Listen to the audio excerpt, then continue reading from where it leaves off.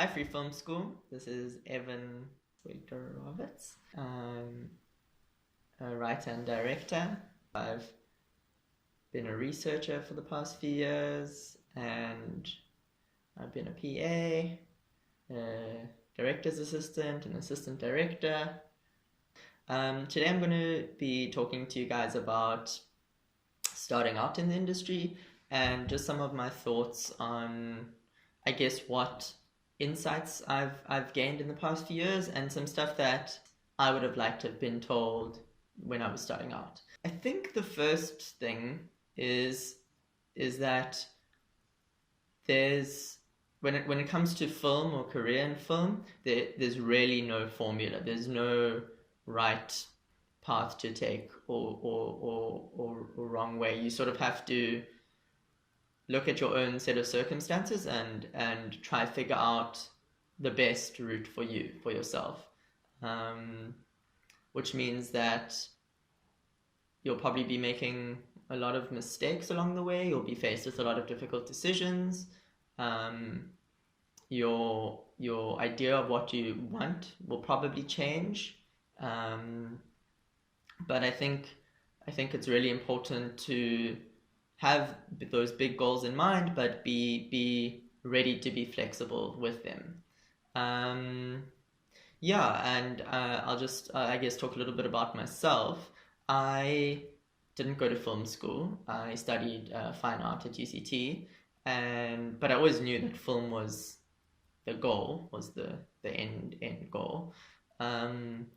Even before I applied to UCT. So I studied fine art, but I don't have anything against film school in general. I think there's a lot of pros and cons to going to film school and to not going to film school.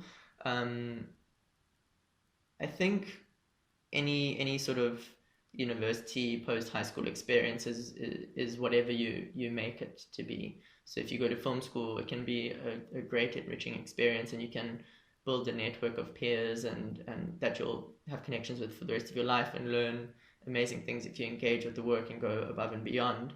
And if you study something else or don't study at all, then you gain a whole separate set of experiences that will be beneficial in another way. First up, I'm going to talk about being on set and how you get onto a set, and once you're on a set, some things to think about. The best way to get onto a set is at least initially while you're studying, or just when you finish studying, or even maybe before you finish studying, just to like get a sense of what it feels like to be in a set, is to reach out to production companies and or individuals in the industry, but I think production companies would be more open to it. There's a really comprehensive list on the Caller Crew website of pretty much all the production companies in South Africa, at least all the commercials production companies in South Africa, and just go to their websites, get the emails, and send out an email explaining who you are, what you do, what you want to do. Some of them, most of them probably won't even get back to you, but it's the ones that will probably be open to you coming sort of onto set and assisting, or being sort of some sort of informal intern or something initially, and then you can start building relationships from there. Set is a really intimidating place. There's a lot of really focused people that are usually very skilled in their department, in the thing that they do, and you are sort of going in there without any experience, sort of having no clue where you fit in. It's incredibly intimidating.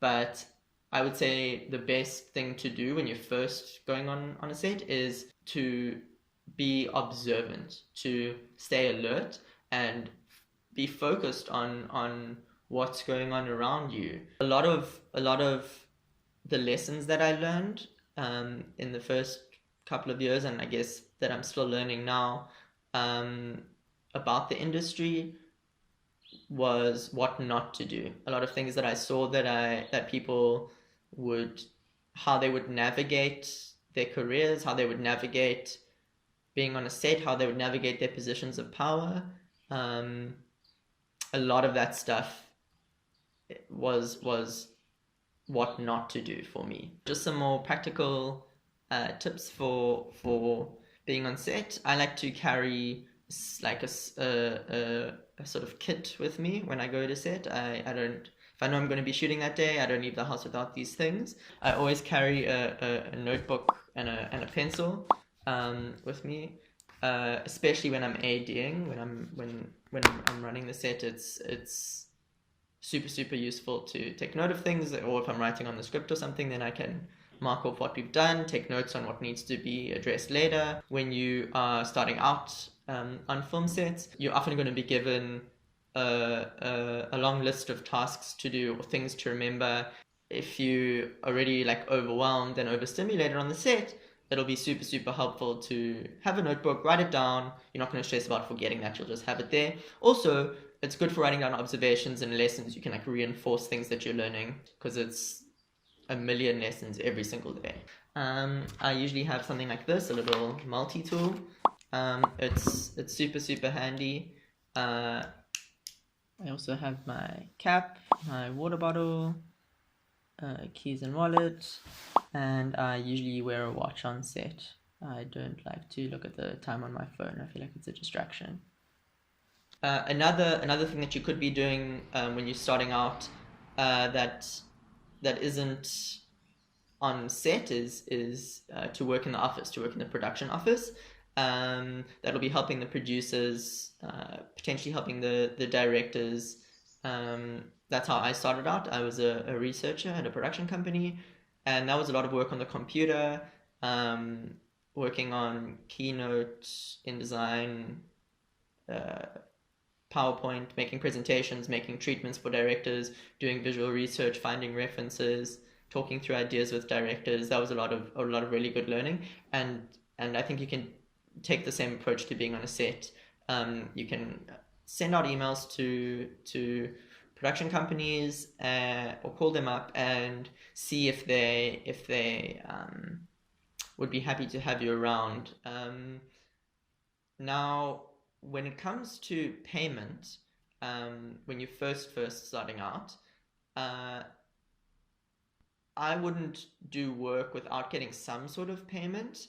It isn't always cash money that you're going to get paid in. Sometimes you're going to get paid in experience, and I think a lot of people say that and don't actually deliver, but sometimes it is worthwhile. A good example for me was when I shot my first short film. I did 3 days of free PA work on the set for this independent film that they were shooting, and I did a trade with them to use one of their cameras. Okay, so switching gears a little bit. Another important thing to talk about, obviously depending on what department or what role you want to play eventually, is working on your own project, making your own work. I always wanted to direct and write, so while I was getting practical experience or starting out, even when I was in university, I was making my own work, finding ways to work on my own projects, shoot my own stuff. And this is kind of a tricky topic to touch on because of access to resources and just sort of access to knowledge as well. So I think that the first thing to take note of is that the aesthetic, the way your film looks and sounds and feels, most of the time is determined by the budget. That's actually something that I heard Barry Jenkins say, the director of Moonlight. And when he said that, it kind of opened a door for me in ways of thinking about the work. It's when you try and make something that is in line with the resources that you have to make it, it's way more likely to be a good version of that thing. Whereas if you're trying to make a film that should cost 10 million rand, but you only have access to like your cell phone or like an entry-level camera or something, and no crew and no sound and whatever, you're never going to achieve that thing. So if you're making something in and using the resources to their best ability, and embracing the aesthetic and the look and the sound and the feel of those resources, I think that'll lead to a much better project for you. In line with that thinking, the one of the most important aspects of filmmaking is the collaboration, working with other people, curating a team around you, building relationships with all different departments, people in all different departments with all different skill sets, actors, cinematographers, editors, obviously producers, directors if you are working in another department. And that relationship, or those relationships, will also determine your access to resources to make projects. If you have good relationships with people, if you're working on the same wavelength, if you have the same idea of what you value, if you can like sort of speak the same language, that'll often lead to the best work that you can make at the time.